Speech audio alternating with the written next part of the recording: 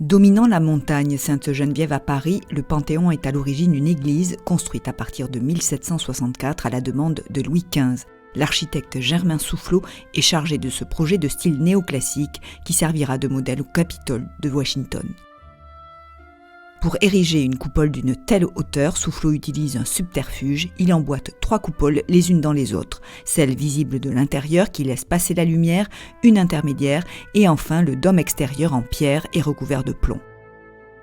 Soufflot généralise l'utilisation de la pierre armée. Pendant la Révolution française en 1791, l'Assemblée constituante transforme l'église en nécropole nationale.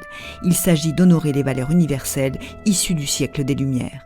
Au XIXe siècle, le bâtiment est alternativement église ou bâtiment laïque. En 1851, le pendule de Foucault est installé dans la nef, apportant la preuve expérimentale de la rotation de la Terre.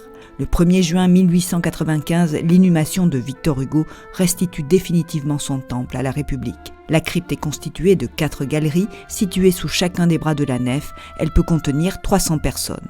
Des politiques, des écrivains, des scientifiques, quelques religieux et beaucoup de militaires ont été panthéonisés. Tous ont servi et fait rayonner la France. Mirabeau, l'un des inspirateurs de la Révolution, est le premier en 1791. Il est suivi par Voltaire, puis Jean-Jacques Rousseau. Plusieurs personnes ont été retirées, Mirabeau, puis Marat. En 1995, Marie Curie est la première femme à rejoindre les grands hommes. En 2007, le président Chirac panthéonise les 2700 justes de France qui ont sauvé des milliers de juifs pendant la Seconde Guerre mondiale. Joséphine Baker est la première femme noire à entrer au Panthéon en 2021.